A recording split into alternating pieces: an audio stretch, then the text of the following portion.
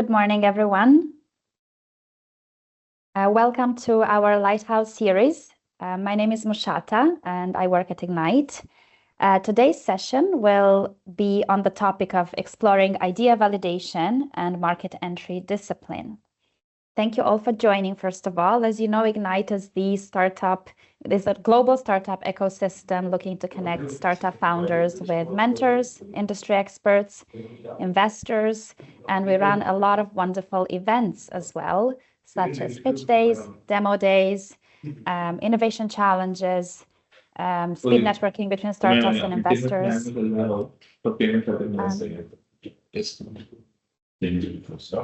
No, I'm not. I didn't jump. Yes. May I ask some of the participants to mute? Okay, thank you. Great, so let's get started on today's session. We have 3 mentors who are industry experts who will be delivering the session today.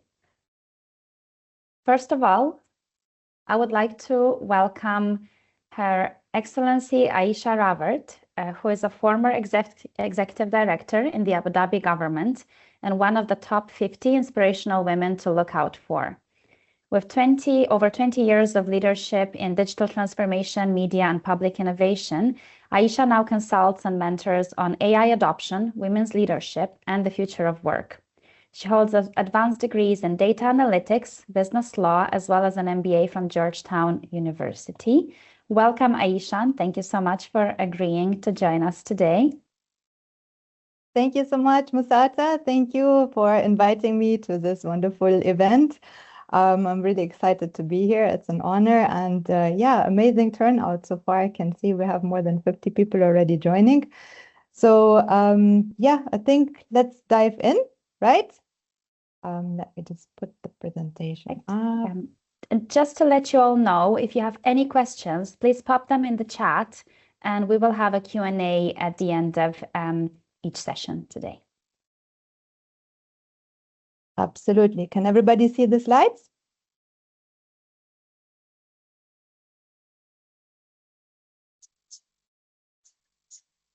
Hello? I think all works. We can see the slides. Yes. Yes, all good. Yeah. Okay, great. Fantastic.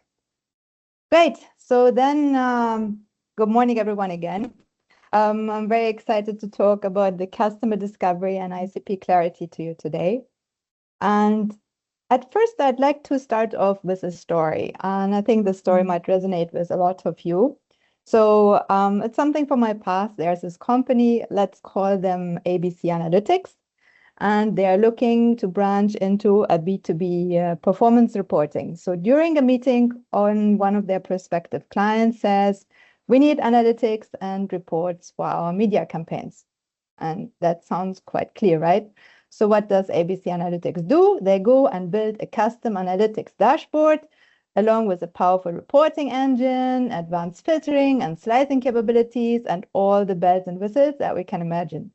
So then ABC Analytics schedules a demo session with the client and it went very well. The client gives many components, a lot of oohs and ahs and everything. So we go out of the meeting, we feel all warm and fuzzy. The meeting went well, right? But then what happens? Months and months pass by and the client never buys the solution because no actual demand was generated. So ABC Analytics goes and investigates, and then they discover that the client contact, in fact, is responsible for reporting media campaign performance to his clients. So in fact, the same client who said, we need analytics and reports for our media campaigns, they never even read the analytics reports. Any common phenomena across our businesses as well. So what truly mattered to him more than anything else was being able to send an impressive looking analytics email to his own external stakeholders. So the real job in this interaction was reputational and client facing and not analytical at all. So the dashboard was very expensive and heavily overbuilt relative to what the client actually needed. Plus the existing process is already doing a good job. I mean, they're using Excel and the workaround is great. So there was no real urgency and need to change or upgrade the current process. That's why they never bought.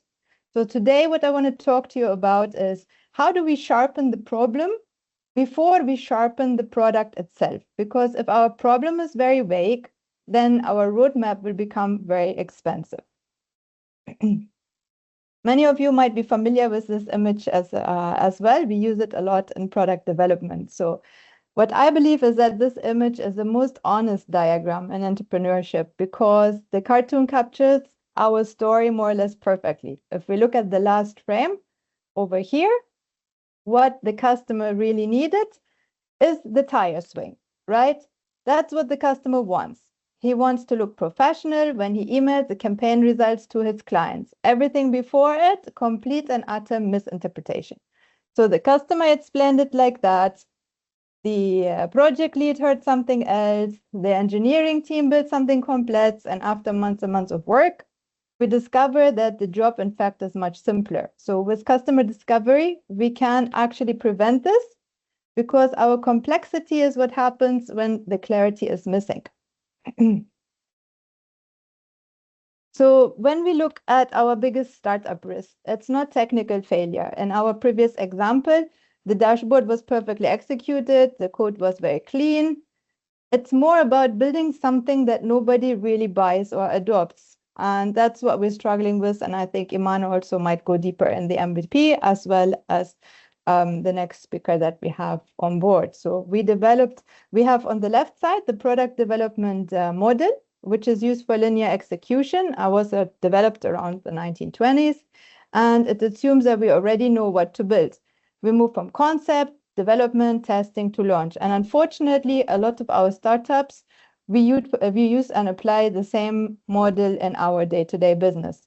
On the right, however, we have the customer development model, which is iterative. And we have a large part focused on search. We search first through customer discovery, customer validation, and then we start with the execution. So being a startup, I believe we should consider ourselves as search organizations. We are searching to sharpen the problem and searching to identify a solution that the customer actually needs and wants. If we skip that search, we are executing on an opinion and at risk of building an expensive analytics dashboard when all we actually needed is a fancy looking email. So how do we do that? So we established that we need to engage in search. So we do what? We go out and we hold customer interviews, we conduct market surveys, but it doesn't always go the way we want. There are some uncomfortable truths because while we think we're doing great research, we may actually be gathering bad data. If we ask somebody, would you buy this? They may say yes, but not because it's true, but because humans are polite and they will flood us with compliments and ideas. You usually hear, I love it, that's so cool, you should add this feature. And then we come out of these interviews all warm and fuzzy and we think the meeting went great and are ready to build our product. However, while these compliments actually feel very validating and they're completely worthless. Because politeness, unfortunately, does not translate into demand. And I want you all to take this away from today. So how do we actually go about the actual questioning approach? The line between the truth and fiction is not that complex. Okay, we have to look at the actual past behavior versus the future promise. So instead of asking, would you use this? We should ask, walk me through the last time you did this. When was this? What did you use? What frustrated you? What did it cost? So we are mining for facts because facts are gold that allow us then to sharply define the problem and then make informed decision on what we actually want to build. If we don't do that, we might find ourselves in the feature factory trap. We over-engineer a solution that no one needs or wants in the first place and because we actually completely misinterpreted the problem. So do not skip the discovery because building feels more productive. Shipping code might feel less like progress, but the outputs itself don't necessarily produce the outcomes. So going back to our initial story, what does it mean? The client said he needed analytics, remember? But when ABC Analytics dug deeper, they identified that the campaign manager itself wasn't thinking, I need deeper data slicing. He was thinking, I have to send this report to a brand client by 4 p.m. and it cannot look like an amateur. That's a completely different job. So he's not hiring analytics, but he's hiring confidence, reputation protection, and something that would make him look sharp in front of his client. So that's the jobs to be done. So customers, they don't buy the features, they hire progress. And if we build features without understanding the progress they're trying to make, then what we have, we build beautifully engineered irrelevance. So when we now move to the ICP clarity, is everybody comfortable with the term ICP? Okay, just to make sure, it stands for real customer profile, right? Ideal customer profile. So the most founders describe the ICP like, I'm pitching to SMEs, or my ICP is students, busy professionals, or e-commerce businesses, but that's not really the ICP that we're talking about. It's a demographic cloud. The real ICP, as you can see, has 5 layers, which you must define during the customer delivery process. So if we now pressure test our analytics story properly, the company would not have built the dashboard in the first place, right? So they would have built a reporting export tool instead. And that clarity makes all the difference. Otherwise, we're going to have heavily overbuilt and bloated products. So in order to dig down deeper and ensure that we have the actual point of attack defined, there are 5 layers that force this clarity. We have the context, we have the trigger, we have the existing alternatives, the economic consequences, and the decision authority. So let's run them now through our analytics case. So we have layer 1, the context. So in our story, what's the context? It's not a media company or an enterprise client. The context was campaign managers who report performance to external brand clients. So that's specifically that we're looking for. And when we look at context, we ask what kind of questions.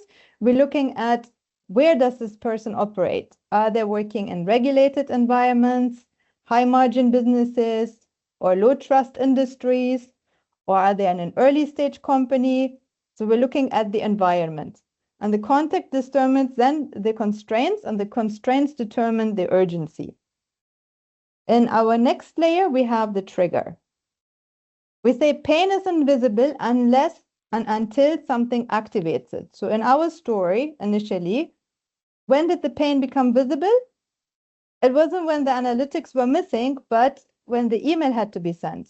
At that moment, that deadline, the anxiety that the person was feeling of looking professional. And some other examples of triggers could be, for example, we have failed audits or missed deadlines, a lost contact, system crash, compliance warning. I mean, all these elements can create a certain urgency for us, which triggers the pain point. And trigger, we mind for the moment that causes the pain. So if we cannot name the triggering event, then we don't understand the problem in the first place, and we should go back and try to identify these further. The next layer is alternative, and this is where many of us get very arrogant. We assume that our competition is other startups, but that may not be the case at all. So in our case, who was the real competitor in our story? We had Excel and screenshots and copy paste and manual formatting. And that's the uncomfortable part, right? Sometimes it's doing nothing. We're competing with doing nothing. And those alternatives are good enough, right? So there's no need for the client to actually buy. And if the current workaround is tolerable enough, then the switching cost is going to kill us eventually. So when we understand the alternatives, we know whether the customer pain is acute or manageable. And that's very much important as well when we establish our pricing model afterwards. Then on the economic consequences, now we move from frustration to the actual consequence. So if the report looks messy that we had sent out, or that the customer was sending out to his own clients, what will happen? The client questions the professionalism. If professionalism is questioned, then retention is at risk. And it's not about the dashboard, it's about revenue, right? So frustration is not a business model, but expenses. So if we cannot trace the pain to money, risk, or status, then we are in the nice to have territory, right? And it becomes difficult to sell. So it's imperative that we identify the measurable impact here. Do we lose revenue? Is there an increased churn? Do we have regulatory exposure or operational delays? If we cannot quantify the consequence, then our pricing later will collapse because the pricing follows the consequence, right? Then the last layer is decision authority. Who decides whether to buy or not to buy our solution? Especially in B2B, I want to really keep that in mind. In our example, the campaign manager, he feels the stress, right? Because he needs to send out the email at that particular time. But the director of marketing, he cares about renewal rates. And IT might care about integration and security. So if we solve for the user, but ignore the actual economic buyer, then we still might not close, right? Because the user might think, oh, it's a brilliant idea, but then there are budget constraints and somebody else needs to sign off on it. So we need to keep that in mind as well. And the earlier we map that out, the better it is. So in ICP clarity, it's not about who likes our product. It's about who loses if the problem persists. And who feels the pain is often not who signs the contract, right? So who signs the contract is not often who blocks the deal. Yeah, we might have blockers as well in that. So we need to know in our discovery who experiences the pain and who influences the buying process, who pays for the solution, and who can stop the deal. And if we do not map that authority early, then we will have a challenge with our go-to-market, which will be completely misaligned.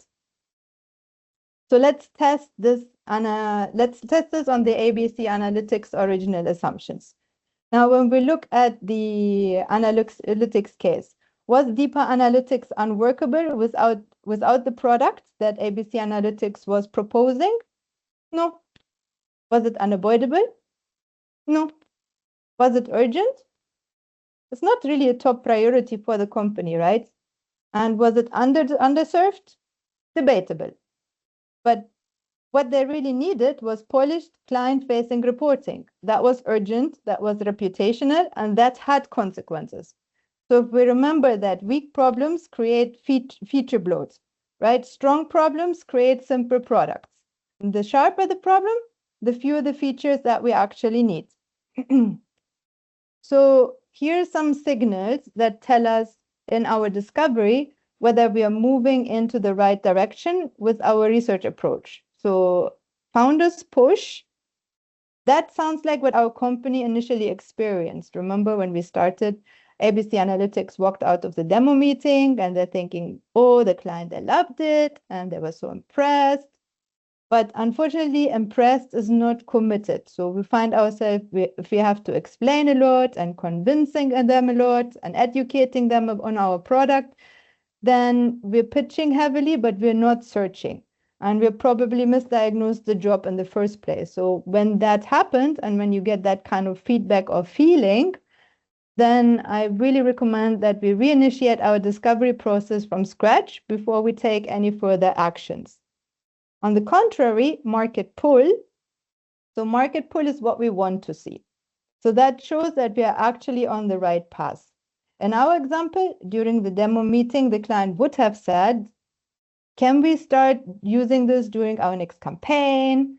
Or can you invoice us this quarter? Or can you customize the export for our top client? So that pull creates that urgency from their side, right? That's the energy shift that we want to see. Here in this market pull environment, we are not actually selling, but we are responding to their pain. And it's important that we distinguish that enthusiasm from demand, because that demand creates urgency and enthusiasm creates applause. And while applause feels very good, unfortunately, it doesn't pay the bills, right? So if ABC Analytics had done 5 things differently, they most likely would have saved months of work and as well a lot of money in the development process. So if they had only asked about the last campaign report, remember the context, and identified what actually happened, then mapped the pre-purchase timeline and identified the moment of pain, i.e. the trigger, and defined their anti-ICP, like who's not caring about the analytics, the existing alternatives, and understood the current cost of their pain before building, the economic consequences, and then identified the real buyer of the analytic solution, the decision authority, I think the client would have actually bought the solution. We could have done a fancy export tool with a very nice branded report that would have cost much less to develop. And I'm sure that the client would actually would have come back. The cost would have been reasonable as well compared to their current switching cost. It could have gone into the right direction. So to ensure ICP clarity, there are 5 steps that we can implement immediately. The first one is remember to listen for market pull versus founders push energy, right? So you can feel it. When you feel like, okay, that was great, client loved it, and so on, you might not have done the right work. If you see yourself pitching, the meeting is not going in the right direction. So really see that you're solving somebody's problem. Then audit your last 5 customer meetings. That's important as well. Did you get facts or compliments, right? Try to distinguish that. Ensure we know who we are not serving. So define your anti-ICP to avoid expensive and time-consuming product bloat. And ensure we fully understand and map the trigger moments that cause the pain prior to applying the solution, right? That's important as well. And especially important in B2B business, make sure we understand who actually makes the buying decision, because this discovery is a discipline, and then the discipline reduces our burn. So we want to make sure we're very lean in our development process. And I know it's painful. We want to start building the product and ship and get things out of the market, but you're going to save a lot of time down the drain if you do your discovery process right. There's also, if you want to know more about the questioning approach, there's a great book I can recommend you. I put it as well into the resources part of the deck, which you are going to be receiving. It's called the MAM test. It gives you detailed questions that you can ask for any kind of scenarios. Due to time, we cannot do a lot on this in this short session. But if you have a chance, I think it's even available as a free PDF in in the internet when you look for it. Really go through that book. It might be really helpful. So let me close with this today. If your customer discovery is weak, your MVP becomes very bloated. And if the ICP is weak, then your value proposition becomes generic. And your pain is mild, then the GTM becomes very expensive because you have to invest a lot into marketing. And that's why this discipline matters so much. So before we build any product, make sure we build clarity. And before we scale, let's ensure we sharpen the problem, because the market does not reward creativity, it rewards precision. And with that, I will now hand over to Imane, who will show you how clarity translates into discipline, MVP scoping. Thank you so much.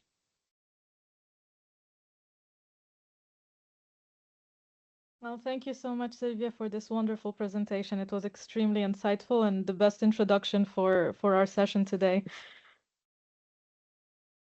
Musata, should I just start straight away, or should we take some questions first for the first session?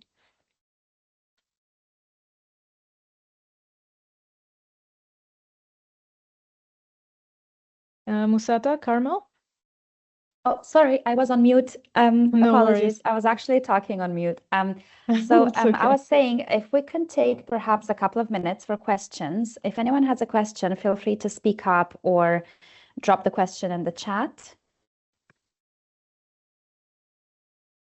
Any questions so far?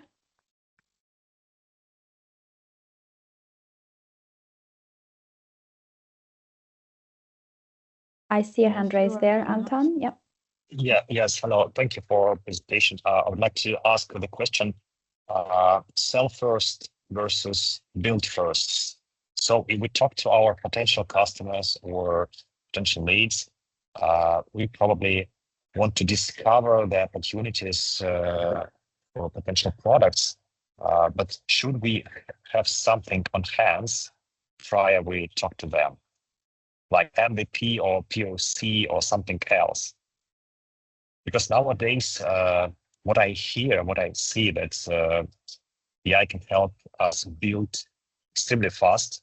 And I think that's coming to the meeting with potential customers without product on hand, just with some presentation or exploration, is not a very good move. This is just my feeling. What really works in this context? Okay, great question. Thank you so much. Well, you said build first versus sell first. I would say a search first, right? So, I mean, ideally, I would approach it like how would I say, like a scientific process, right? So you should have some kind of a hypothesis, what the problem actually is, and then through the process, you are validating your hypothesis. So in the first meeting, I would never go into a pitch meeting with a deck that, this is what I have or so on. Go in and really try to identify and test your hypothesis through the questioning approach, digging deeper. Then in the follow-up meetings, if you have validated your approach, then you can come in and really say, this is what I heard from our initial meeting. These are the solutions that we could offer.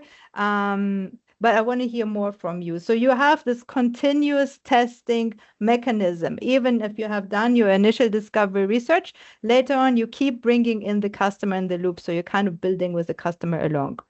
Does that make sense? Yeah, it makes sense. So in this case, I will have the next question: how to initiate this exploration conversation with companies, with leads, whatever, because probably this is one of the most painful points for startups, to get someone to talk to. Yes. I mean, see, when you go into the search mode, right? Initially, you don't need to speak to companies itself, and you have kind of your target audience that you want to approach, right? No need to speak necessarily directly to the companies. Even you can engage your LinkedIn network or your friend circle. It's just to identify whether the problem that you have identified or you think is a problem and the solution that you want to sell is actually needed in the market. Right? So when you have done that search, and that can be with anyone, I mean, that can be with your relatives, anybody in your friend cycle. If you have, a study network, any check out and try to investigate with your peers and your graduate study cycles, or LinkedIn. You could reach out on LinkedIn with small messages that say, hey, I'm doing a research on this and this problem. Would you be willing to speak to me for maybe 20 minutes or something? I don't want to sell you anything. I just want to hear your opinions.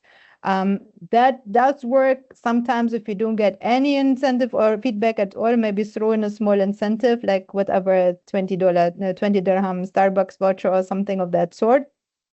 Okay, but that's important that you start testing and validating before you even go in and officially speak and engage to the real clients and real customers. And in any kind of startup business, I mean, that's what I experienced in my own world.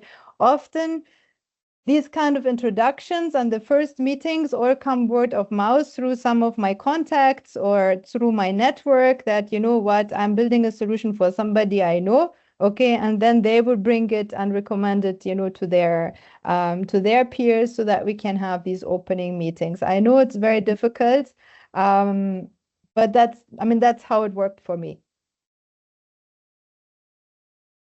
Thank you so much, Aisha. We have 2 or 3 more questions. I'll read them out loud. So one is from Lawrence. When you're at MVP stage, you don't yet have customers. How do you recommend testing at this stage? I think we answered that question, right? I mean, it's really you go into your peer networks, right, and identify who your people are. I mean, if you just come up and you say, okay, I have identified a problem, and you don't even have one person who has that problem, do you actually think that this is a real problem, right? Again, we need to be a little bit sensitive here about the innovation that we're driving. If you have a truly innovative problem or product which is not there, the challenge that you will face after in the go-to-market is that your marketing team will do a lot of heavy lifting, because if you need to educate your customers, first of all, about that they're having a problem in the first place, right? Until demand creates, okay, you will need a very, very large marketing budget in order to get your product, how we say, off the shelf afterwards. So it's better that if you focus on people that you already know in your particular industry, even if you go, for example, to exhibitions, yani, of, how we say, in that specific sector, where you seem to, or where you wish to penetrate and speak with people there, go in and have an exploration there to see whether this problem or that solution that you're providing actually serves a need of that particular segment, or if there's something else that they actually rather have instead. Thank you so much. And another question we have here is, how do we connect with potential customers for research and understanding the pain genuinely without making them feel like a pitch is on the way? The initial meeting is the hardest. Yeah, I absolutely agree on that front. So again, my advice, as I said in the previous questions, reach out and speak to your networks. Ask people, like, when you have spoken to somebody in your network, and even if that person might not be the initial right person, even ask, is there anybody else that you suggest to me that I could speak to, and try to get these kind of referrals in, and position it not as a pitch meeting, but position it always as a research. Right? You're conducting a research. You want to understand deeper about a particular problem the customer is facing in his particular environment. If you go in and pitch from the start, that's a direct put off, and you might not get positive responses for that. Thanks so much. Someone else that joined us said that in a SaaS model, B2C, we do a lot of surveys and they come back mostly with very good, nice feedback, lots of compliments. When doing user testing, are they just being polite? And I guess the question is, how do we ensure we get the right type of feedback, not just polite feedback when doing testing? That's a great question. I love that question, because often we resort to survey to get a mass feedback, actually, to see what's happening. But even here, I suggest you do a mixed approach, right? You can shoot out the survey first. Make sure you deploy the right questions. Or again, if we ask, would you buy this? How much you would pay for that? Most likely you're going to get, would you like that? Okay. These are the questions where most likely we're going to get bad data from. So even when we customize our survey, it's very important that we set the right set of questions into that survey, which are open-ended and really trying to understand the depths of the customer, which is often difficult to do in surveys. Surveys is like the initial start, but the problem with surveys that I have seen is that you can't dig deeper. You can't ask follow-up questions, right? So if the customer is hinting on something, how would you go to the next layer of what's underneath? And that's the challenge. That's why I prefer, if possible, either phone or face-to-face interviews, because they allow you actually to go one level down. If the customer said something, you can always follow up. Okay, I understand that's a pain for you, but tell me, when was the last time that actually happened? Okay, and what did you do? And what was the process that you followed, right? It's difficult to do that in surveys. So if possible, try to get at least a couple of real interviews down there where you can then truly test how we say the idea and dig a level deeper. What you can do with the survey, okay, you can always ask the questions that if that customer would be open to, let's say, a 15 minutes call or a 20 minutes interview afterwards, and if so, Yani, he can leave his number or his contact details where you could reach out to him and reward that with kind of a raffle or something of that sort. I think that has worked well as well in a lot of instances. Great. Thank you so much. Thank you so much, Aisha. This has been so informative and helpful.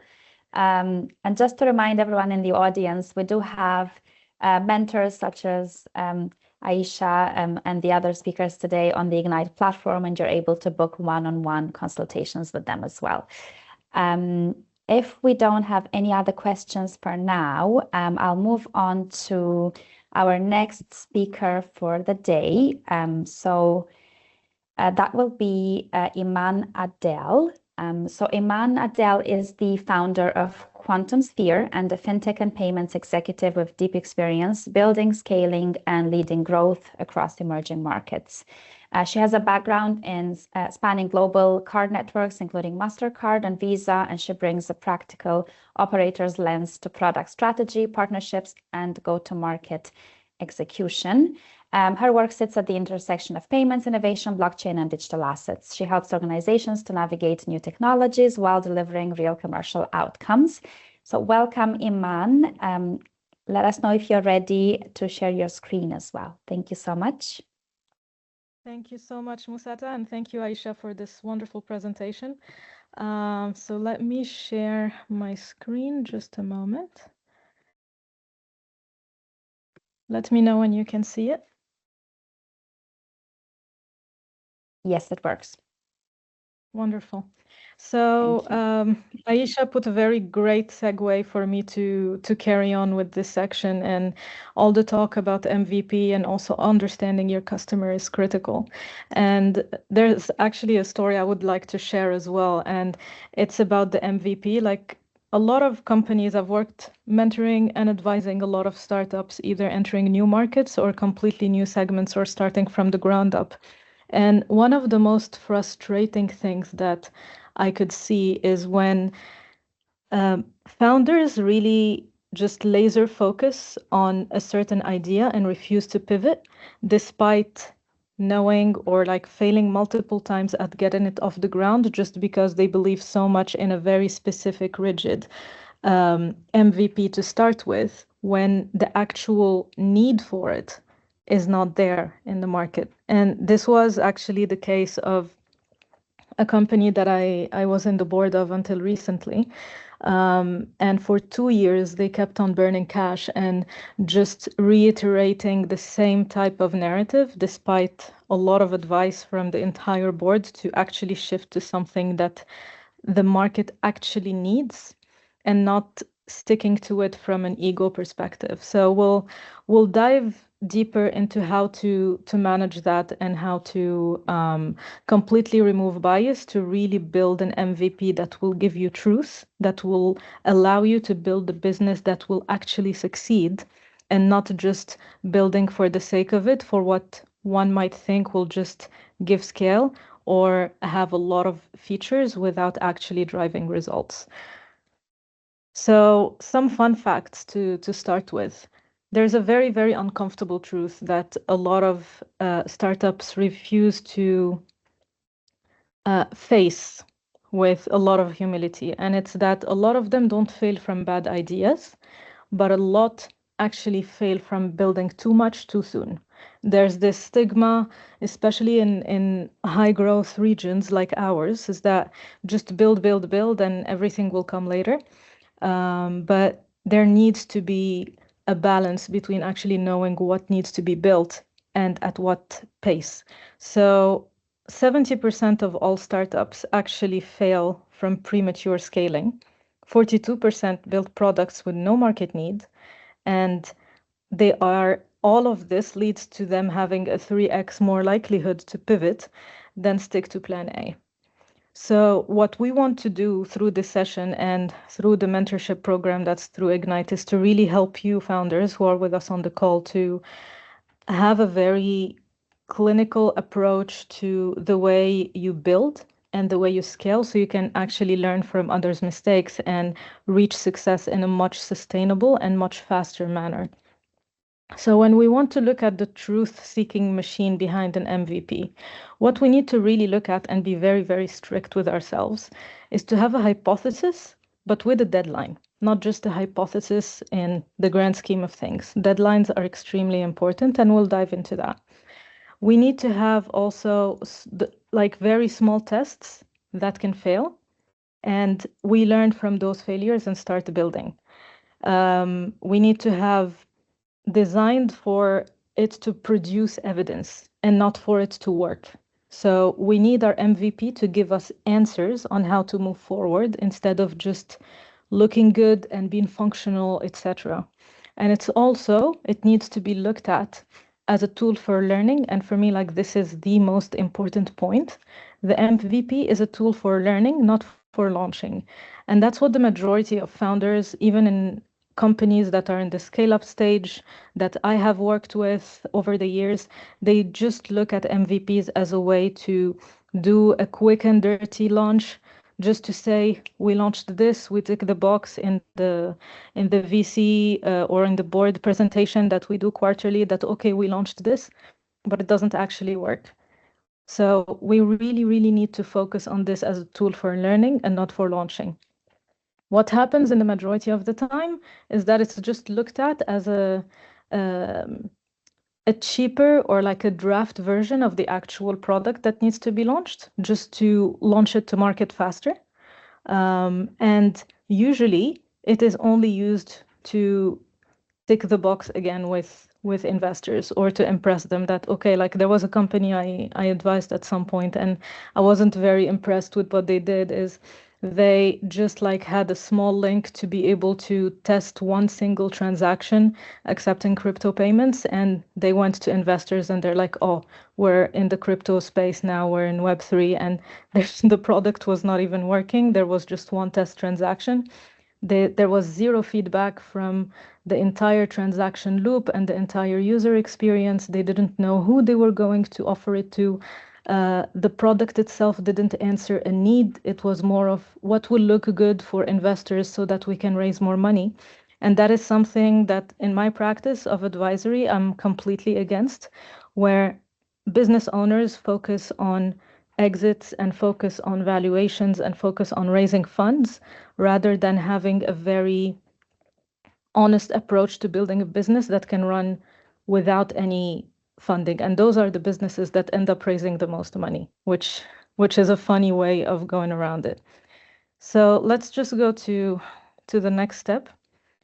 For the approach to assumptions and really trying to remove every bias that founders can have when developing an MVP. One is, what is the desirability risk? Who wants this? And do they actually want it? Will anyone use it? What will make them switch from whatever they're using today? Will they even pay for it, or will just use it out of curiosity? And we need to have like very specific metrics under that. And that's very, very important. The second one is the feasibility risk. Some ideas are really good, but when we start looking at them in more depth, the risk or expertise or cost related to building that solution can be extremely constraining. So while it might look good and have a very high desirability from the market and have a good fit, it might be extremely costly to build, which might end up just burning through your runway. And the third one is the viability risk. Does it actually work as a business sustaining itself on its own? Or is it a good to have that will need funding for the next 10 years and will not be able to run by itself unless we keep throwing money at it? So for me, those are absolutely critical risks that need to be assessed when working on an MVP. And just a little point before we move on. The very first one is what I recommend to always start with, because if there is a risk of people not actually switching from what they're using today to whatever you're proposing, then there's no point of doing the whole exercise. And every MVP, now we're in the hypothesis stage. We need to look at the testable bet. So what are we looking at? Like, I like to divide it into five key points. What do we believe? That's the riskiest assumption. We believe because, and that's evidence that you gather from discovery. So the we believe part is everything we've seen in this previous slide. The because is your discovery work that you have done and asking questions and testing and doing competitive analysis, etc. We will dive a little bit deeper into all of this. And we need to be very specific with timelines so that you don't keep burning your runway, just doing R&D. We need to also have very specific action over a set number of days to test certain hypotheses and see if they actually work. If they don't, and they don't pass the next metric, we need to adjust. We need to measure the behavioral signal that it gives us, and we'll talk a little bit more about that. And should it fail any of the tests above, we need to be very crisp about what is the learning so that we can pivot into something that will actually work. And the golden rule that I tell every single company that I work with is if your test cannot fail, then it's not a test. It's just something that is there to give you confirmation bias, essentially. So always try to be devil's advocate. Do it as co-founders or like whoever is in the executive team of your business, and try to be as impartial as possible, because we have cognitive biases. And sometimes we design things even without paying attention in a way that will get us to the result that we want. So it's very important to always take a step back and be your own devil's advocate, assuming it's just you.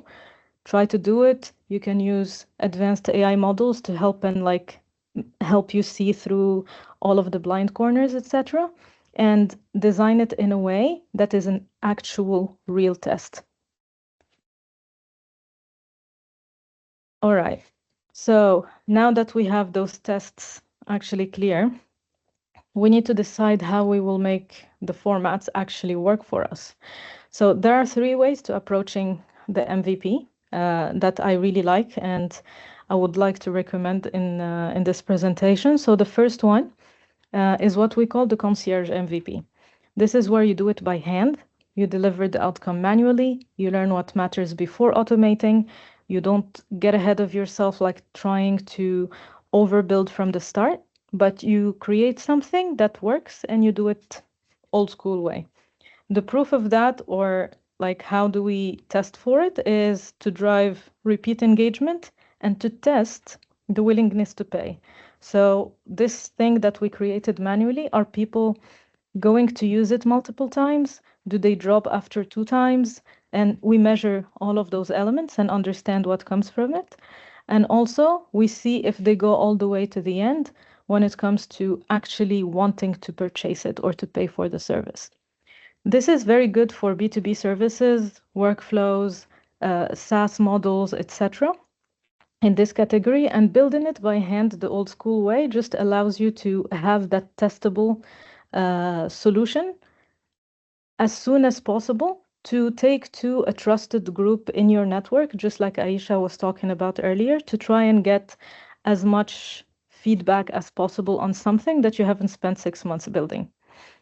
The next one is, the name always makes me laugh, but it's the Wizard of Oz, and it looks real. Humans are behind it. The front end feels automated, but you manually deliver results behind the scenes. So you give it a look and feel that is a little bit more automated, but that's specific to certain things. Like in the case of B2B services, that's not required. Like you can start with something manual, but if the product that your company is developing is more of a UX dependent product, you would want to have something that has a look and feel that is more advanced and has a much better UX, but still like you don't go and spend 6 months building it and automating it. You just create something like quick and dirty, but that has a front end that gives that feel of automation. So what you want to look at and like use this for is to see how the users complete the action. Like where do they stop? Like is there a certain page that has too many clicks that makes them just stop going through the whole process? Do they come back? Do they recommend this product to other people? And you just track the journey, because that is like the journey is a big part of the product that you would be pushing for. So that's one. And the last type of format that can be looked at, and this is like for another category of products and solutions, and this could be more of the landing plus commit type of a format where you actually put skin in the game. You have a landing page with a real ask. So you got a pilot, you have an LOI, you have a deposit, you have a pre-order. And in here, depending on what type of business you have, this is best fit for like B2B pilots or consumer pre-orders. Like if you're launching a fashion line and all of it is on pre-order setup on the website, you want to see like who would get all the way to the commitment of actually following the conversion that you're creating in that landing page, just to see again and measure and test what it is that is working and what's not working. And in here, when we look at the signals that we're getting of all of these experiences, we need to really break them down. So the bottom one, and it's the weakest signal, and that's one that Aisha talked about very well, is the compliments. It's common for all of humanity, but even more so in our region. So that's something we absolutely need to be wary of and not take it to boost our ego or not count it towards anything, because it doesn't mean anything. It's just politeness. A signal that is slightly more strong, but still doesn't mean much. It's interest. It sounds cool. Tell me more. With the compliments almost, because it doesn't lead into any action. And again, in our region, it's even more prominent because people like to appreciate other people's work and make them feel about themselves. It's just part of the culture. But what does actually convert? So while this on a global scale sits a little bit higher from a strength perspective as a signal, I still, in my mind, put it as one of the weakest, assuming we're working in the Middle East region. Then a slightly stronger signal is the first use. And this one is where the interesting stuff begins. So when your user completes the core action, but doesn't yet come back, here you see like how they go through the first step in the journey of that MVP. You captured their interest, you can analyze like what worked there and see what really could have been the missing link to take them to the next step, which is repeat use, in the case that they didn't come back. If they came back unprompted, this is a very, very strong signal, because you could send out communication to have them come back, but what we're testing here through the MVP is what works organically, so that we see what we need to fix in order to create behavior. So one of the strong signals is that they come back unprompted for the use of this MVP that you created. And then an even stronger one is commitment, where they pre-order a product, or they want to start a pilot, or they sign a letter of intent, depending on what kind of services are there. And obviously the stronger signal of them all is them actually going through or telling you, okay, let's proceed with payment. So having them, even though it does make sense in the grand scheme of things, but having these signals actually put in front of you visually while you're working through your MVP really helps cut through biases to really break down all of the signals that we get and understand how we can take that learning journey from the MVP and really turn it into scale through all of these learnings and improvements. So then with all of these things, this is, I like to call it, we scope like a surgeon, because we cut through everything that doesn't provide or prove that it is the truth. And we're not just here for scale or to build fast. So one, we need to really, really, really see what are the signals that prove the core truth of what we have, the must have. So the one core action users must take, what needs to happen, what is the minimum data to prove or disprove, and what is the simplest path to that behavior. And we need to look at those in a very surgical manner. Like this relates to a slide that I spoke about earlier on how to really cut through all of the biases and have our tests tell us exactly what needs to happen. The second one is the nice to have, like what are the features or the things that would be cool in that MVP that are tempting but not essential. It could be better onboarding flow, it could be extra integrations, like a more polished design, just making everything a little bit better. It's not essential for us to move forward. It's a good to have, but depending on time and budget, it can be skipped. And we need to also be very, very clear about what is explicitly excluded that is to happen in the future after we get a maximum learning from the must-haves in order to scale in the future. So we explicitly exclude not to get carried away, and that's just human nature. It happens a lot. We exclude scalability of infrastructure. We exclude admin dashboards, features for future user segments, anything that are extra and not really in the core of what will provide proof of this MVP actually working, or if it needs extra improvements.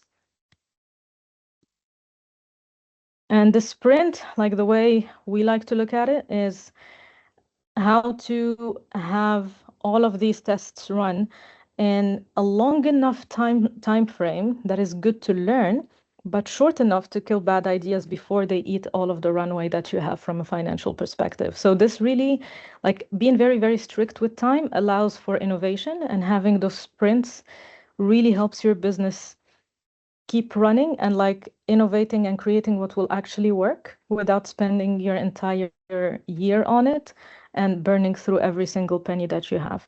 So for day 1 and 2, we frame, we write the hypothesis card, we define what are our pass and fail metrics. From day 3 to day 5, this is the build phase. Build smallest possible. Manual is encouraged so that we can stay in that in the timeline that we defined. Now, obviously, with the advancements in AI, if that fits into your business model, you could use AI support in order to help you build this a little bit faster. Then from day 6 to day 10 is when we actually run all of the tests, and we put those in front of 5 to 10 real ICP customers or users, just to extract as much information as possible. Please stay away from anyone you expect to be polite. Go to people either that you don't know, cold network, and just like Aisha mentioned, like position it as research rather than a pitch. Like the thing that will push away people the most is when you're selling from day 1. So position it as research, ask for help, ask for guidance, insights. Please use this. I'm working on a research for XYZ. It will really help cut through the politeness as much as possible. And then the last days of the sprint are on the decision front. This is where you read all the evidence that you have collected, you persevere, you pivot, or you kill.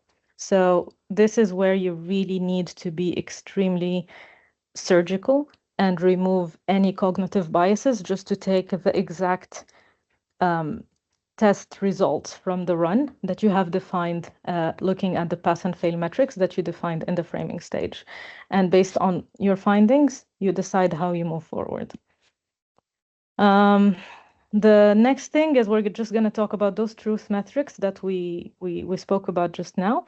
So what we need to do is to measure behavior. We're not here to boost our egos. We're not here to feel good about ourselves or to have that warm and fuzzy feeling. We're here to build a business that actually works. So if we receive a love it from friends, unless they complete the core action, it doesn't matter. The page views and the app downloads don't really matter unless, again, it's converted into more action or someone coming back on the app without being prompted. Social media likes don't mean anything unless they lead to conversion, either from the one person or they end up sharing and recommending your product to others. Email signups with no action are also a big red flag, because what do we want for the business to succeed is conversion. So we need to understand why there was no action and not take the email sign up as a success. And asking questions that are not open-ended, just like Aisha mentioned, and just yes or no, or like the way you design your questions could actually like make or break your business in the initial stage, because your questions are what should lead you to the answers you're looking for from a pass or fail metric, not just to get validation. So be very crisp and clear about this. Make sure that you look at truth metrics that track core actions, that track recurring customers into your platform or recurring usage to your platform. They track who is sharing and how often. They track who actually wanted to commit and who wanted to pay, and how would they change their workflow to use whatever MVP that you're proposing to them. Like if there's one slide that I would recommend looking at it or like saving, it's this one, just to like, from my experience working with a lot of founders, it's something, it's very, very easy to fall into the vanity the vanity bucket, whether we pay attention to it or not. And just some quick examples. I'm just going to be mindful of time and cut through this a little bit faster. These are examples of companies that actually worked on their MVPs exactly like we have just discussed. We have Dropbox, Zappos, Stripe, and Figma. They all created very simple MVPs that they have tested in order to decide what will actually work. I'll be sharing those slides with you guys after the presentation, so you can look at this in more detail. And yeah, one thing, like from a fintech perspective, if we look at an MVP, because like depending on which segment you work in, fintech, for example, compliance is a very big part of it. You cannot create something that you will not be able to clear through regulatory gates because it's very strict. You need to make sure, if you are in financial products, I'm talking about this because my background is mostly in financial products, is to make sure that trust is your first product, because dealing with money is not like buying dresses. You need to be sure that whatever you're building gives extreme reassurance to your customers. And the third one in fintech is partnerships. So in payments, integration with a Visa or a MasterCard or a large bank, etc., really boosts your entry to the market, because it gives that validation, it gives that seal of trust, even if it's for a very small MVP. That's a very critical one to always pay attention to. So yeah, I'll just stop here. I'll make sure that you read the signal, that you make the call, whether it tells you to persevere, to pivot, or to kill. And just here, leaving you guys with the summary of what we have just discussed. And maybe I'll take a pause and take a couple of questions if time will allow, because I feel like I only left 20 minutes for the next presenter. I'm sorry, Sebastian. But yeah, I'll stop here. I'm happy to to answer the questions on the chat if we want to be mindful of time, or do however you prefer, Musata. Thank you so much, Iman. This was really, really great. So we have a question from Yahya. Often founders are asked by investors to have tractions and ability to scale as a key factor for validation, as investable potential. Where do you draw the line between validation of the MVP and the traction? Well, it's the tests that we talked about.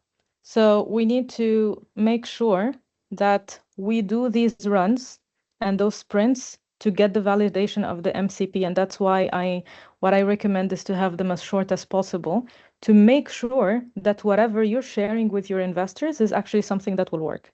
Because the last thing you want is just to please them, you give them something that looks good on paper, but then the numbers don't follow. So it's very, very critical to spend time making sure your MVP will give you the right truth in order to drive scalability. Because without the right tests and the right answers to know exactly what you need to be doing, it's useless. You might end up building, and whatever you build will not work, or will just be off by a little bit, which will essentially waste investor money. So spending time on really understanding what are the learnings from the MVP, in my opinion, is a non-negotiable. Yeah. Thank you so much. We have a couple more questions. If that's okay, I think we'll take a minute or two to answer those. How do you account for negative impact on brand when testing MVP as a hypothesis, since this will be a rugged version, especially in this region, as a Polish product and brand carries more weight?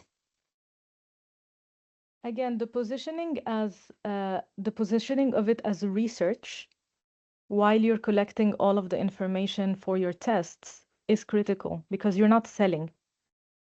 You are not going to companies and selling a product. You are collecting information to see if this MVP actually works. So I do not see it as something that will hinder brand, quite the opposite. It gains, like what I've seen from my experience, it gains a lot of respect from those that test it, because you're actually someone who wants to develop something that works, not someone who just wants to run to market and have a lot of PRs and have things look good on paper. We're actually here to build sustainable businesses, and sustainable, that is from a financial perspective. I'm not talking about environment, but we want to build businesses that work, that generate money, that pay the bills, that do all of that. So yeah, I find it to be a lot more respectable than having any risk on the brand, but it's very important to make sure on how you position it. If you're going and selling it, you're burning yourself and your product and your company.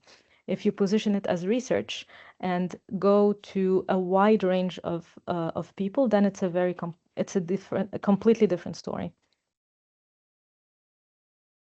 Great, thank you so much. And perhaps one last quick question. We have someone from the blockchain industry building a product for creative individuals that's empowered by blockchain.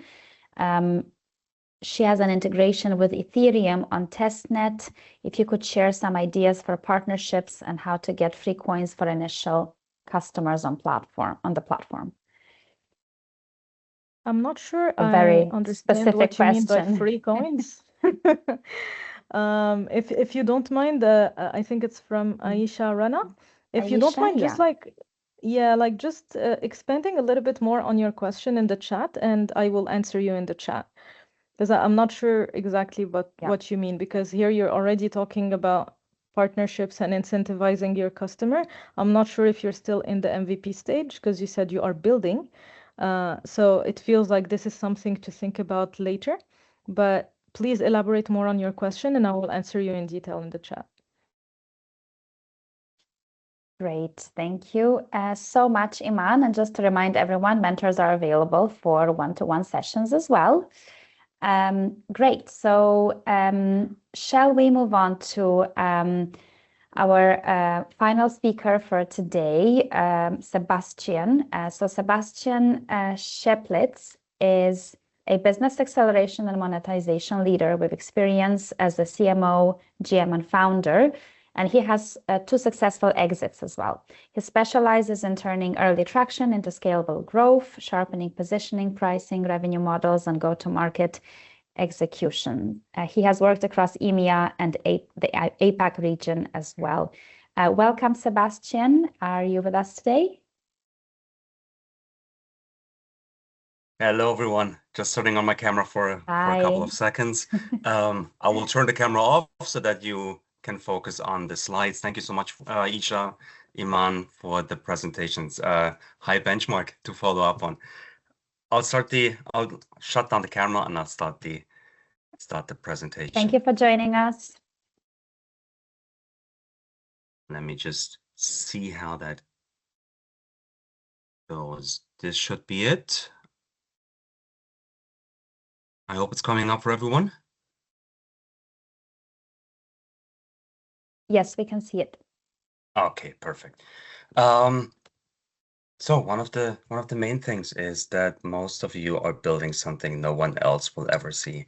And that is really important for everyone to understand, that you need to work on your distribution, because your product is just the potential and the distribution is the power behind everything that you're doing. We have looked at the MVP stage, we have looked at ideation, we have looked at the ICP stage. I'm trying to be not as tactical, I'm trying to be more strategic about everything in this presentation, because we all kind of know in a way how to distribute things, but I believe that the step from going to knowing how to distribute to actually knowing we need to distribute, I think that's the most important thing. You will see what I mean in a couple of slides. Why should you listen to me? I mean, thank you for the introduction. Just a little bit more here.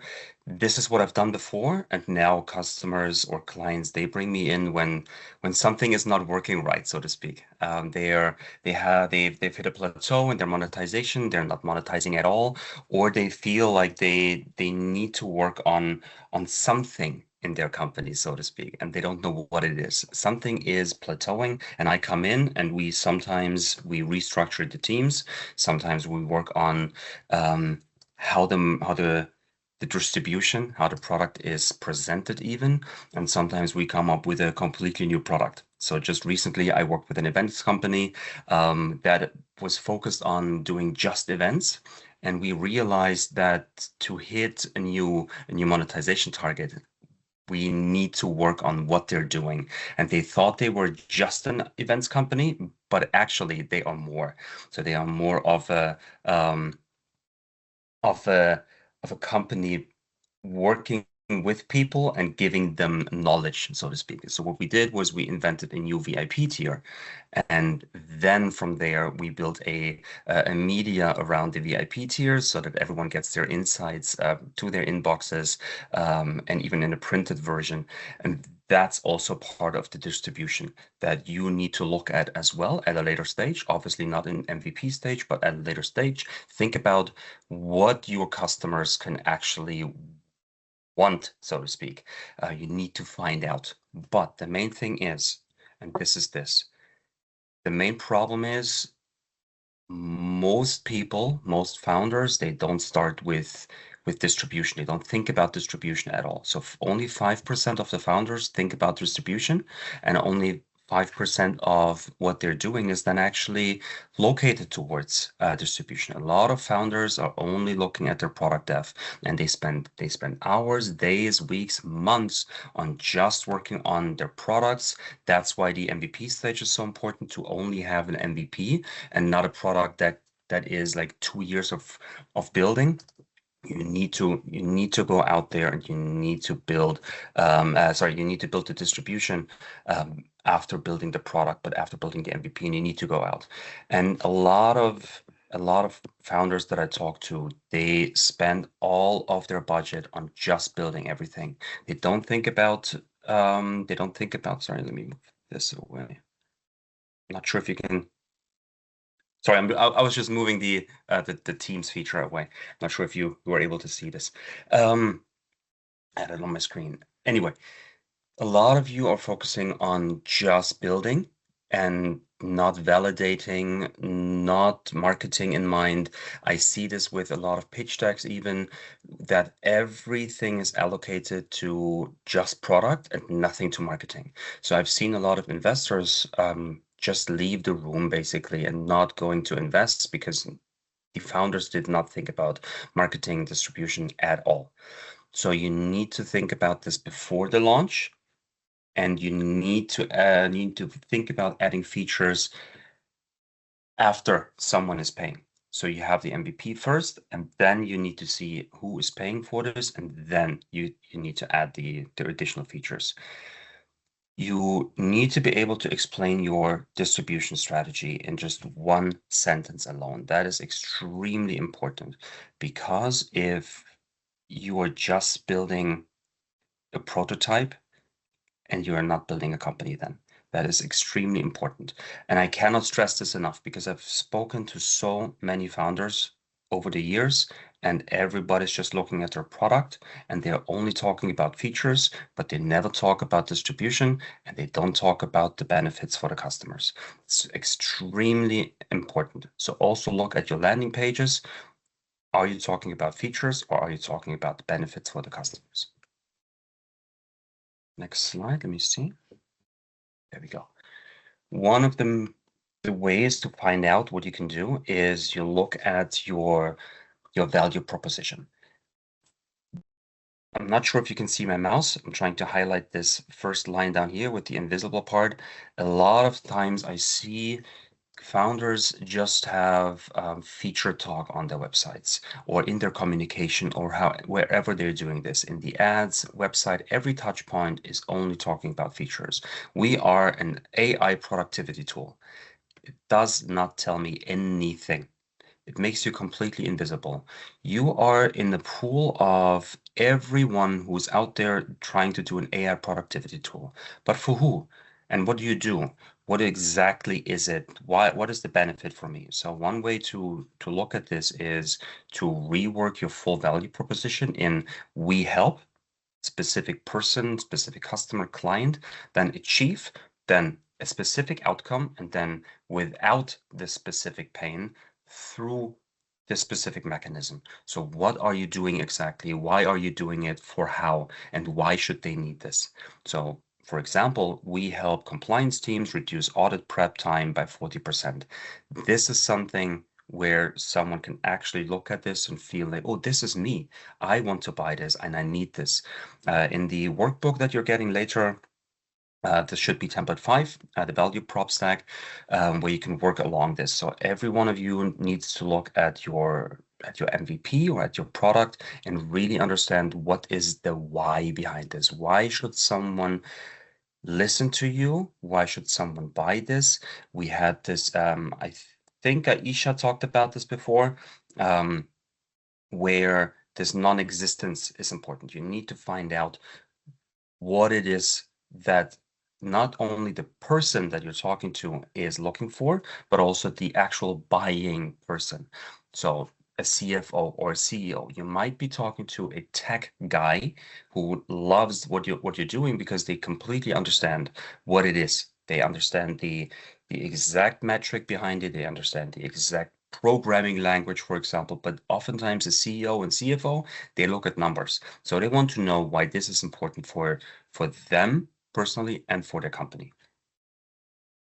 And you need to test this with, before we had the mom test, and now we have the stranger test.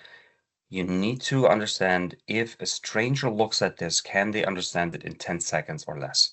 That's really important. And that's what this value prop is for. In differentiation, you have to understand that there's between what you think differentiates your product and what the customer sees. So founders often say we have better technology, we have better tech, better team. Maybe the founder belief is there. Our founders do this and that. That's not important for me as a customer. I want to know, what are you doing for me? So you as a founder always need to understand, what is it that your customer might think when they look at your product? What is the real differentiation for them? And that's on you to figure out. So look at your product, could be B2B, could be B2C. It's always the same. It's always psychology. What is the benefit for them? And that's what you then need to distribute after. Not what you're building, not the features, but the benefits. And that's what you're building for. So if you cannot explain it, then you really need to sit down and really understand what it is that actually differentiates you. And I know it's hard. It's hard. I've seen a lot of founders being stuck in the building phase. We talked about the MVP phase before, finding your ideal customers, all of this, but then you spend no time at understanding what the customer's benefit actually is. What do they feel when they come to your page or to your product? One real story for me is, for example, sorry, someone with the microphone, please. Thank you.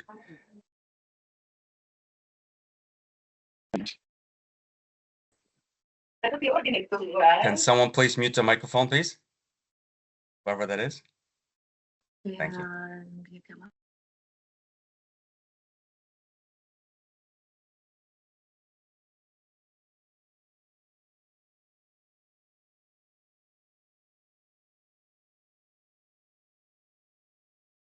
Okay, my mic was muted as well.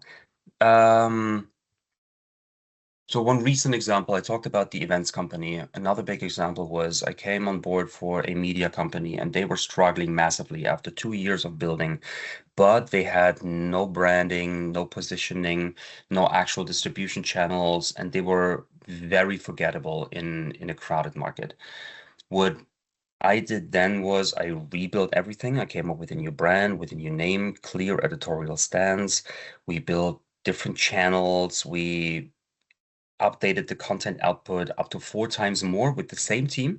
That's extremely important. We took the same team, had 4 times the content output, which then meant more audience compounding. That is extremely important for you because you cannot compound your product that much, but your audience and your distribution is always going to compound.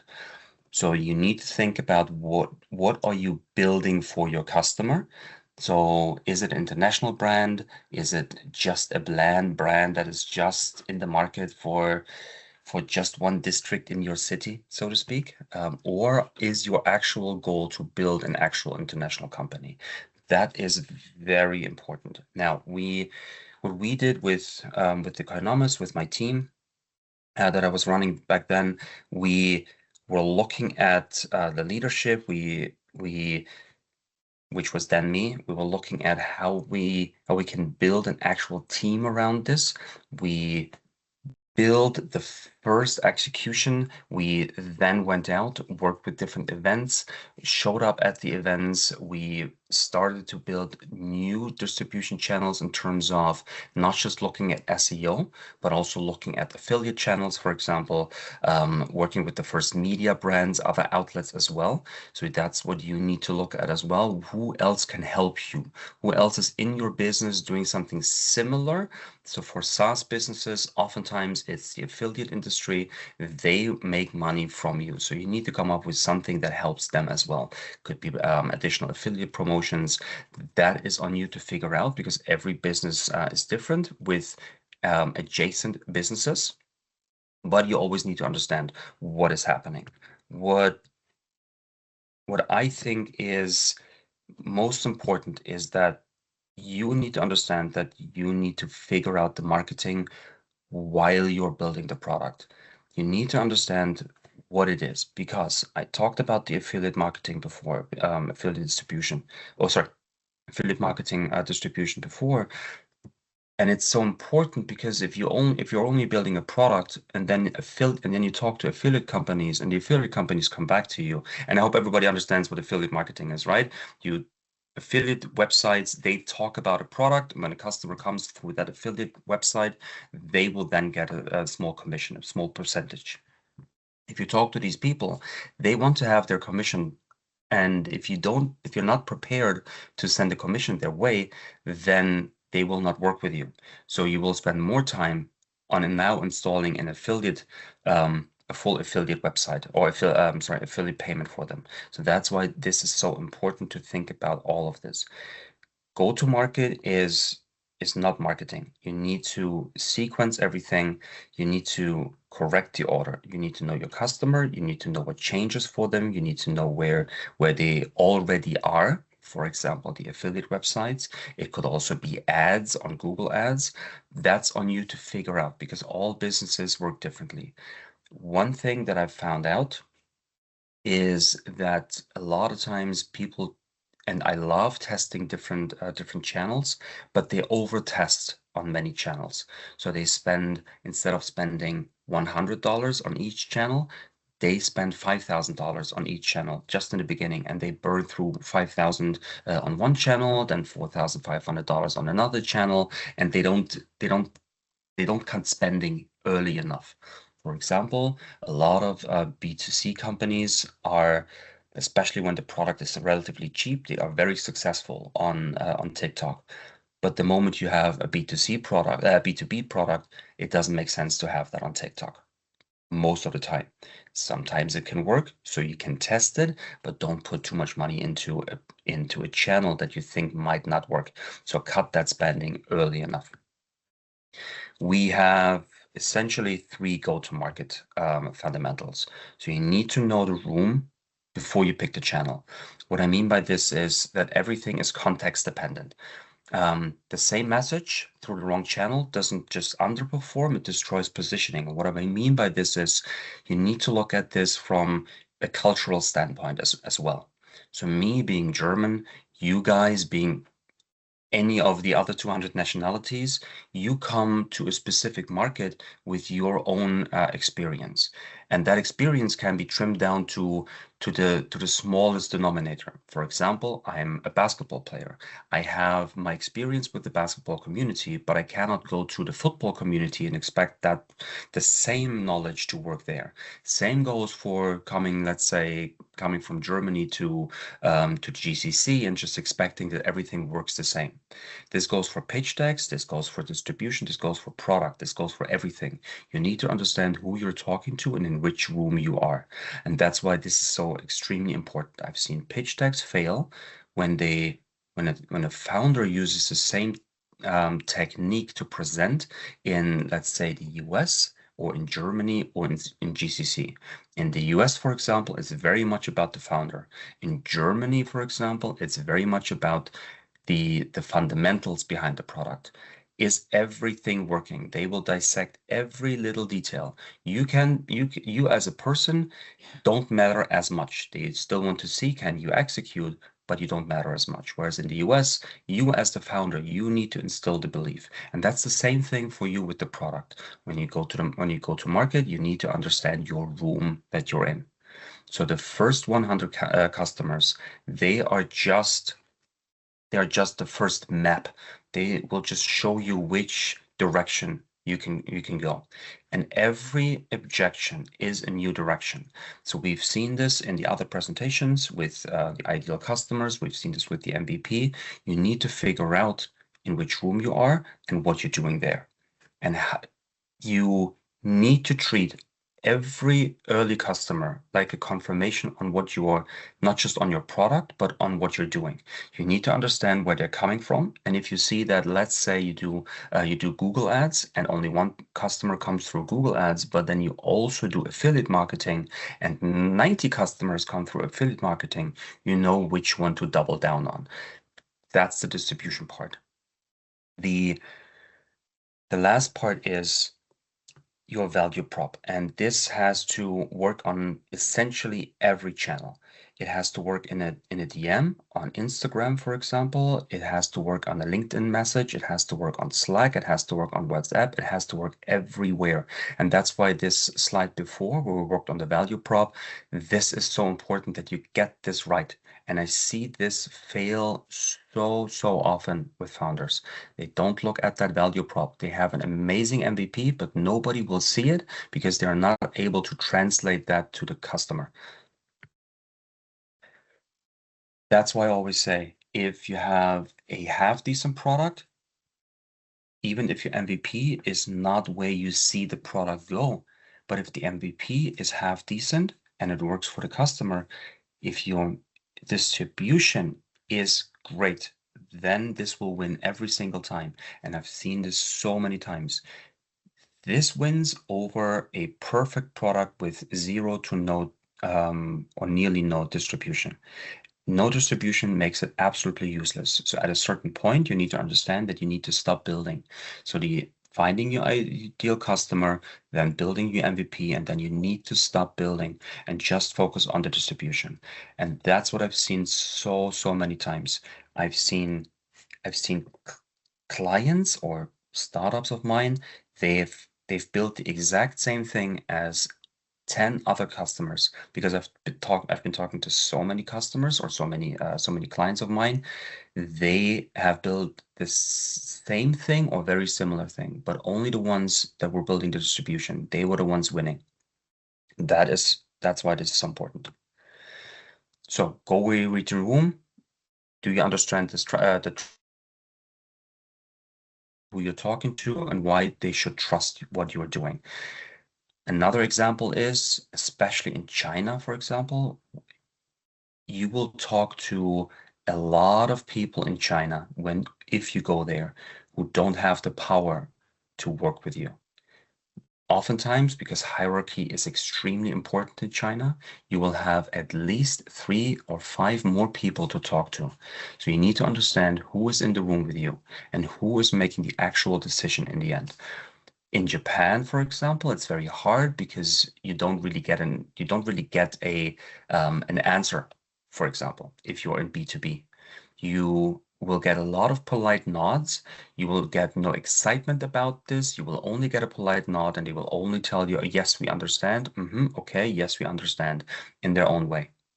And they will never get excited on what you're doing. Yes, some Japanese people will do, but then you go to China and they are super excited about what you're doing, but they don't have the actual power to actually buy from you. So you need to figure out, same in this GCC. If you're only building in a GCC, you need to figure out who you're talking to and why this matters to them. Do you know the language that they're using? Do you understand? Are you talking to a programmer right now, or are you talking to the CEO or CFO? And that's when everything changes. The tech guy only looks at what you're building. The CFO looks at how much money are we saving. The CEO looks at the big picture and also how much time are you saving. All of these things need to be communicated.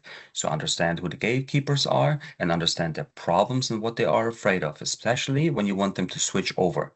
If they already have a tool, then they need to switch over. So they also have the switching cost combined with everything.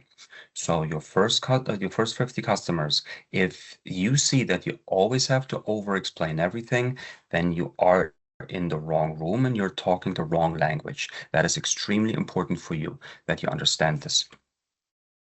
Now, what I call the 3CI is that you first get the clarity. It's one of the most important words. I think I've heard this 10 times before, even today. You need to get clear on your value prop. From there, you need to pick the channel. As I mentioned before, if you have B2B business, don't use this for TikTok ads. Usually it doesn't work. So pick the right audience, pick the right channel, the right audience. Then you need to start the conversation, and from there you will get the insight on what they are reacting to. And that can be the conversation and the message you have on that specific channel, but it can also be on your actual website. So if your ads are great, but then your landing page is, I want to say, sucks, if it is not communicating what you're actually doing, and you might need to have 2 different landing pages for different people, then they will jump off. So you can have great click rate on your ads, for example, but then they drop off after, so no conversion, and you need to understand where that comes from. So there are different metrics that you can check in this. So for example, if your click rate is great on the ads, but then your conversion on the website is bad, then it is your website. If no one clicks your ads, for example, then oftentimes it's just the ads, and it's just the conversation, it's just the value prop that you have there. So the distribution always need to learn and always need to adjust. Keep the product as it is until you have feedback on the product. Before that, you have feedback on the distribution. So don't start changing your product. And I've seen this a lot. We talked about the MVPs at the MVP stage before. Build your MVP up, have the MVP ready, and then build the distribution, build a conversation, talk to people, and then get them to figure out, is it the distribution channel? Is it the conversation that you have? Is that the insight that you're getting? And then you can move that over to your product. But only then, after 50, even 100, sometimes even 500 people coming back to you. So that's essential. Not just one person who thinks, oh, maybe we should have this. Don't work on that. Only look at, is the distribution great, and what does the majority of the people you're talking to, what do they say?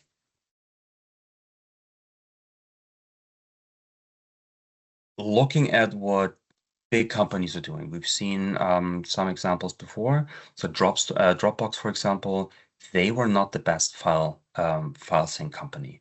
What they built, though, was an extremely perfect referral loop. So every paid user was to invite another friend and getting them into the system. They still had a lot of free offers, so that's the promotion part of it.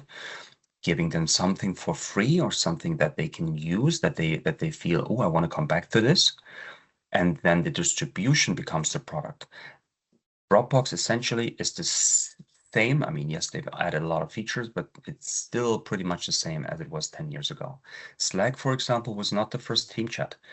What they did was they were able to get a lot of invites coming in, and it was extremely easy to just be onboarded.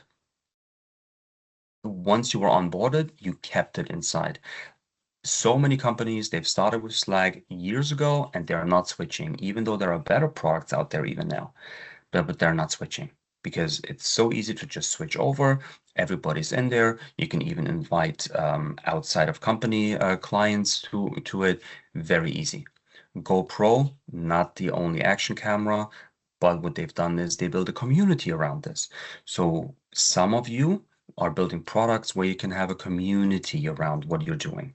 This might not work for everything, especially when you are enterprise B2B SaaS. It's very hard to build a community, but it's not impossible. You can build a community around everyone who is very techy and who loves what you're building. And then you can build it out from there, because if you have 10 tech guys who are constantly going to their CFO to the meetings and like, we have to use this product, we have to use this product, look at what they're building, that's what you can do as well. That's what you can take from there. So these customers, they are not the buying customers. So for the B2B SaaS, for example, these tech guys are not the buying customers, but they are the ones that are influencing the CFO. The same goes for HubSpot. They are not the only CRM, but what they're doing is they are amazing at inbound marketing. They're selling a software to people who come looking for an idea. Everything you're looking for right now essentially is built by HubSpot, even if it's just some form of a lead magnet. Most of the time, HubSpot has it because they're building so much right now just to have that in there. You need to ask yourself 3 questions, and you need to answer them in that order. I mentioned that one before. Can a stranger repeat back what you do in 10 seconds? Do they understand this? And if not, you need to look at the template 5 in your workbook that you're getting later on. You need to fix your messaging. If they don't get it, and that can be anyone, it needs to be explained like like you're talking to a 5-year-old or a 10-year-old. Nothing else moves until this is solved, and this is so important that everyone has this. You can have your or gets this. You can have the most important or the best product in the market, but if you cannot explain this and if nobody gets it, then you're not selling it. The next one is you have to build one channel. You have to pick this one channel and you have to keep on building. You have to have a weekly motion to reach your ICP. Do you have this? And if you don't have it, then you need to build it. Let's say you are on LinkedIn. Do you do what LinkedIn requires you to do? Are you sending out connection requests? Are you sending out cold emails? Usually don't work if you just pitch straight away. But if you start a conversation with them, with your ICP, if you ask them, we had this before in I think Aisha mentioned this before, if you only have a conversation first and not pitch, but you just have a conversation first, then you can build from there. You build the trust, and that's how you can build the first relationships. So do you comment? For example, if you're still on LinkedIn, do you comment? Do you do this direct outreach? Do you follow up? And this has to be done every week for 4 weeks, for a full month. Then you can judge. And if you haven't done this, then you cannot judge the channel. It's extremely important that you understand this. What I want to say is, just adding up on what Aisha said before with the pitch, it's extremely important that you don't pitch first. I get this a lot. I get so many messages. I sometimes I don't even open LinkedIn anymore because I'm just getting pitched. I just see a new message from someone and it's just a pitch straight away. I don't know them. They don't know me. Why should I talk to them? It's my time, and you as the person trying to sell to me, you are now occupying my time. And if you stole time from me, I'm not coming back. That's very important for you to understand. But on the other hand, be prepared to pitch straight away. So some people out there, they want to be pitched because they see the value. You come in, you ask a question, they look at your profile and they're like, "Ooh, this looks really interesting." So 5 minutes later, they come back and be like, "Do you have a presentation about this?" So that's when you need to be prepared for the pitch, but only then. So be prepared that people ask pitch, but wait for them. Wait for the permission. And then the last part is, and we talked about this before, is it behavioral proof or is it compliments? Because if it's only compliments, if it's only, oh, that sounds interesting, it does not matter. I often compare this to dating. Only talk to people who are actually interested in you and dating. If you have to persuade them to maybe potentially go on a date with you or talk to you, it won't work out. Same goes for a product. You can teach them eventually, customers, and they might come back at a later stage, but don't chase them. So same goes for the compliments here. If you're only getting compliments, or this is a nice product, it doesn't work for you.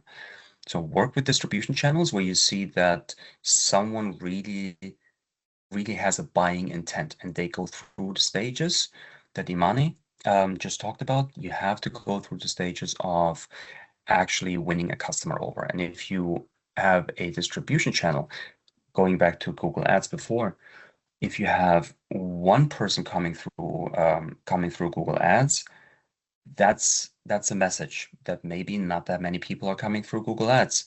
And if you have 90 people coming through Facebook ads just to the website, that is a good indicator. But is it also the best indicator? Because what if those 90 people coming through Facebook ads, they convert from there to your landing page, but then they drop off? Then those 90 people don't mean anything. The one person coming through Google Ads, that might be the one who's actually buying. So the question is, do you double down on Facebook ads, or do you double down on the Google ads? Or do you double down on affiliate marketing because you see that these people are actually engaged and they're actually buying? And that's on you to figure out. And that's the part where someone just clicking on a Facebook ad is essentially just the compliment stage. And from there, you need to convert them, and you need to figure out where are these people. So essentially, what you need to figure out is, if you disappear tomorrow, would your distribution still work? Is it still ongoing? And you need to build that machine. You need to build it yourself, you as a founder. If you are very techy, very tech focused, you need to understand that you also not just need to understand financing, you also need to understand how to distribute, especially when you are a solo founder. That is one of the most important things, because you can build and build and build. You can build up to 10 MVPs, but if no one is buying it, you're not making money, and you're just building a hobby. Thank you, everyone. If you have any questions, please let me know. You should be able to get the presentation afterwards.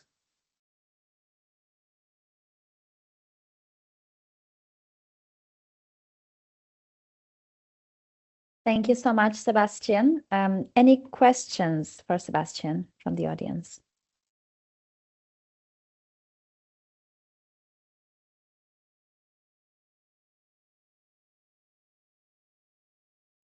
No questions, guys? No questions. Let me just scan through. Thank you, Ignalda.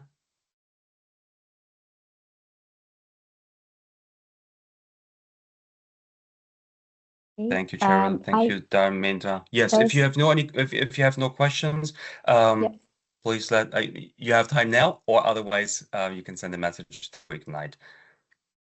There's one question that I thought would be useful if we cover. What do you think, Sebastian, is the minimum set of weekly metrics that you would track to prove traction? Well, it really comes down to your specific product. So a B2B SaaS is completely different from a B2C normal product. But I would look at having conversations with, let's say for a B2B SaaS, you should be looking at around 20 conversations per week with different founders, with different not founders, but different customers, different clients, just to get traction from there. Because if you have 20 per week, that's around 80 per month. That is a good amount. You should try, especially when you are a solo founder, you should have them yourself, and even if you have other people working with you in your team, you should try to be that person, because it's your idea and it is your baby, and you need to be able to understand what these other guys are asking of your product. Because if you hear it secondhand from your salesperson, that might not help. It is also valuable insight, but you will always get a filtered feedback. So First feedbacks, at least the first 100, do them yourselves. Even, for example, in a company with 100 people, I would still prefer to do all of the interviews with new job application, with new interviewees. I will do them myself as well, for example, because I want to understand what do they see in the company, why do they want to come in, do I want to have them on the team. Same goes for you as a founder, and every single customer and what they feel, because from there you can iterate, because you are the one making that actual decision. Yeah. So going back to the weekly metrics, every product, every service is different, but I would definitely suggest to look at around 20 feedback sessions, whatever that is per week.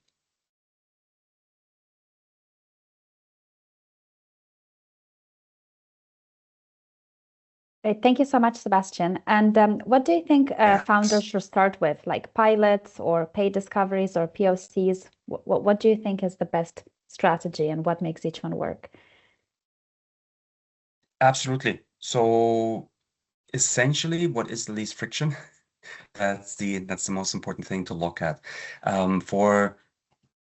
We see a lot of solo founders in the last years, which I love, and you need to decide for yourself what is, and that's again the same word, least friction, because if you are alone or you have only one other person, you need to understand what you can execute yourself. That's the main thing, because if you see that potentially one of those stages would need, let's say, 1 week of work from you and another one would require 2 months of work, then you should take the one that has the best middle ground of each. Maybe there's another one that has only 2 weeks of work but has a very similar outcome, because a lot of this is for a lot of tech founders, you understand the product, but you don't understand marketing yet. So you also need to learn, whatever you are doing, you need to learn the marketing part. And that is extremely crucial for every one of you. So understand which stages you can work with yourself. Some of you have amazing knowledge in marketing already, but if you don't, figure out what you can execute yourself and do that. Some of you might be a little bit more introverted, for example. You don't want to talk to people that much. Try to get over that hump. Try to talk to people, because from there, they will give you confidence. If you talk to a customer or potential client, they will give you confidence in your product and what you're building. So if you only look at text, that is nice, but actually go out, talk to people, try to book meetings with them, have face-to-face meetings, go for coffee if that works better. Some of us humans, we have better interactions in person. Others have better interaction on camera. Try to pick the one that works best for you and for your target audience, and then work from there. Great. Thank you so much. This was extremely useful. Thank you, Sebastian. Thanks to all the speakers who joined today. And of course, thank you everyone in the audience for joining us. I think we have one more question from Shaima. I saw someone raise their hand. Yeah, I think Shaima. No, I took it off, sorry. Okay. Great. Okay, so just a reminder for everyone in the audience who's building a startup or working on an idea, on the Ignite platform, you're able to book one-on-one mentorship sessions with any of the industry mentors that you'd like, depending on the type of advice that you need and the profile that you're looking for. So feel free to use the platform. Keep an eye out on our next events. And we hope to see you again soon. I think we have a question from Ignalda. Yeah. Yes.